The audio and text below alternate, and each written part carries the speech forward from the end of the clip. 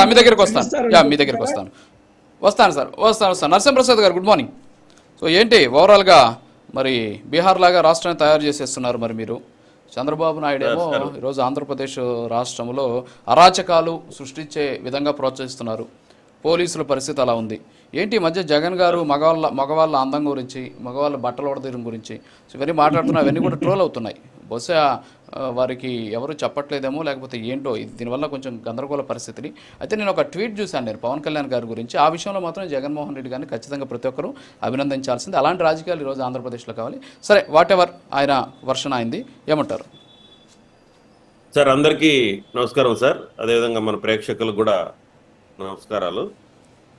ఈరోజు పచ్చ కామెర్ల వాళ్ళకి లోకమంతా పచ్చగా కనిపిస్తుందండి సార్. ఆ సామెత ఖచ్చితంగా ఈరోజు మనం గుర్తు చేసుకోవాలి. గత 5 ఏళ్ల పరిపాలనని అస్తవ్యస్తం చేసిన వ్యక్తి ఎవరన్నా ఉన్నారంటే జగన్మోహన్ రెడ్డి గారు. మా టీడీపీ కార్యకర్తలను దాదాపు 200 మందిని పొట్టన పెట్టుకున్న వీళ్ళు సార్ ఈ పార్టీ వాళ్ళు, వైసీపీ పార్టీ వాళ్ళు. ఈరోజు ఒక 2 కుటుంబాల మధ్య వచ్చిన ఒక ఘర్షణని ఆసరాగా చేసుకొని శవాల మీద రాజకీయం చేయడానికి వాలిపోయారు ఈరోజు. ఇంతకు మించి ఒక్క విషయం కూడా దీని గురించి మనం చెప్పుకోవాల్సిన అవసరం లేదు. గత చరిత్ర చూస్తే మొత్తం దౌర్జన్యాలు, దాడులు, కనీసం రాజ్యాంగబద్ధంగా జరిగే ఎన్నికలను కూడా సక్రమంగా జరుపుకోనికుండా చేసిన వ్యవస్థ అది.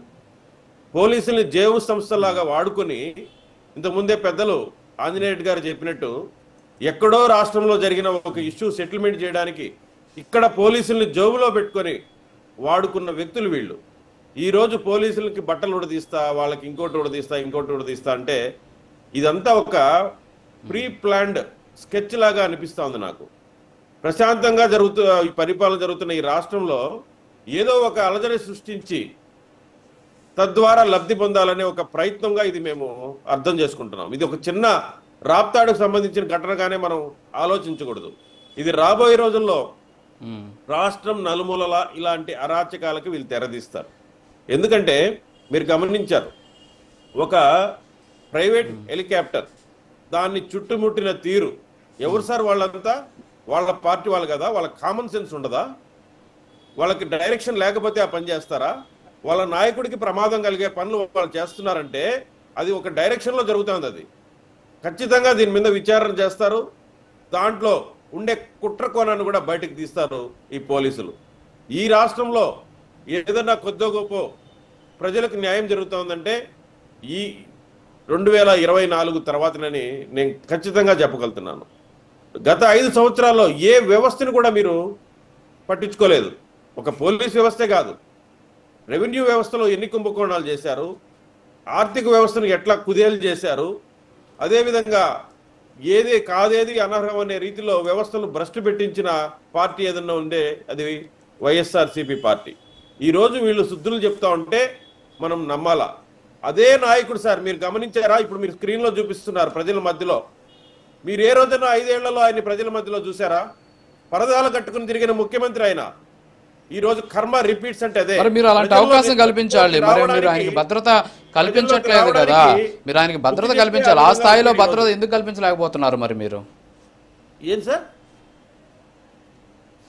ఆ స్థాయిలో మీరు మరి భద్రత కల్పించలేదు. మరి 5 ఏళ్లలో ఆయన ఏ విధంగా అయితే పర్యటించారో ఆ స్థాయిలో మీరు కూడా చేయాలి. మరి అదే విధంగా ఉంటాయి వాళ్ళ యాక్షన్, అట్లే ఉంటుంది వాళ్ళ ప్లాన్, అట్లే ఉంటుంది.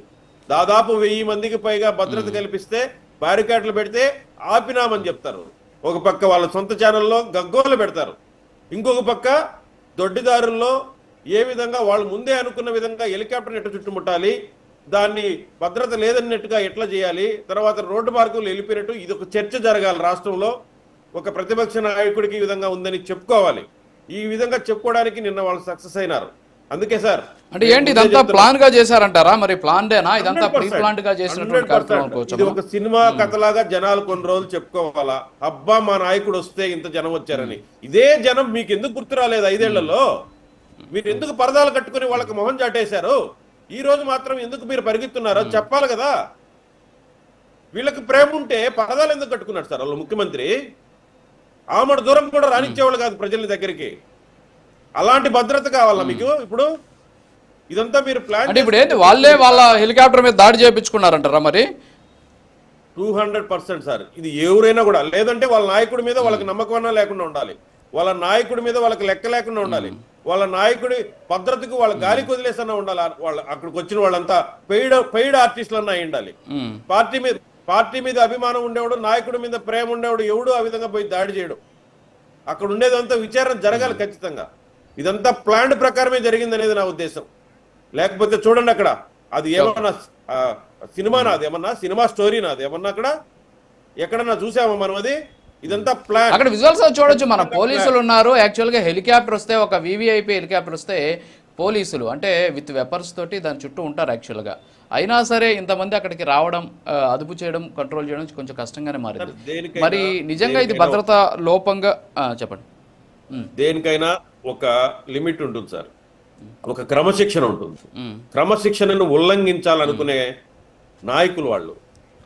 ఇప్పుడు కళ్ళు మూసుకొని పిల్లి పాలు తాగుతుందని ఒక సామెత చెప్తారు. ఆ విధంగా వాళ్ళు కళ్ళు మూసుకొని మేమేం కనిపెట్టలేమనుకుంటున్నారు.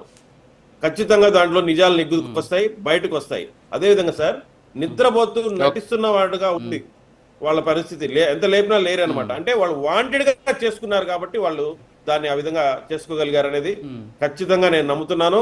మీకు రాబోయే రోజుల్లో కూడా అదే విచారణలో తేలుతుంది. అది చిన్న విషయం కాదు. మీరేమన్నా దాన్ని ఒక చిన్న విషయంగా తీసుకుంటున్నారేమో కానీ మా రాష్ట్రంలో ఈ ప్రభుత్వంలో మేము ఖచ్చితంగా దాని వెనుకుండే కుట్రను బయట తీస్తాం. ఎందుకంటే గతంలో మీరు చూశారు, ఎలక్షన్ ముందు బాబాయిని చంపి మా చంద్రబాబు నాయుడు చేతిలో కత్తి పెట్టిన మనుషులు వాళ్ళు. పొద్దునే పేపర్కి కత్తి పెట్టుకొని చంద్రబాబు నాయుడు నిలబడుకుంటే ప్రజలు అబ్బా ఏదో జరిగిపోయిందని చెప్పి ఫీల్ అయిపోయినారు. దాంట్లో బలైపోయినాడు. నేను కూడా ఒకటి మీకు చెప్పా, గతంలో 2019లో నేను రైల్వే కోడల్లో ఓడిపోవడానికి అది కూడా పెద్ద కారణమే నేను ఎప్పుడు నమ్ముతున్నా బలంగా. ఎంతమంది అమాయక ప్రజలు ఇది చూసి ప్యానిక్ అయిపోయారు. ఖచ్చితంగా అలాంటి రాజకీయ కుట్రలు చేయగలిగే పార్టీ కాబట్టి దీంట్లో కూడా ఒక కుట్ర కోణం ఉంది. రాబోయే రోజుల్లో ఇలాంటి అరాచకాల్ని అరికడతాం. ఇది గత 5 ఏళ్లలో సాగినట్టే ఇప్పుడు సాగాలనుకుంటే కుదరదు. ఈ ప్రభుత్వం చాలా పద్ధతిగా కట్టుబాటుతో ఉంది కాబట్టి, ప్రజల సంక్షేమమే ముఖ్యంగా ఉంది కాబట్టి ఇలాంటి వాళ్ళని ఎంటర్టైన్ చెయ్యము, ఇలాంటి వ్యవస్థని ముందుకు రానిము. Okay, yeah. శేఖర్ రెడ్డి గారు గుడ్ మార్నింగ్ సార్. బీహార్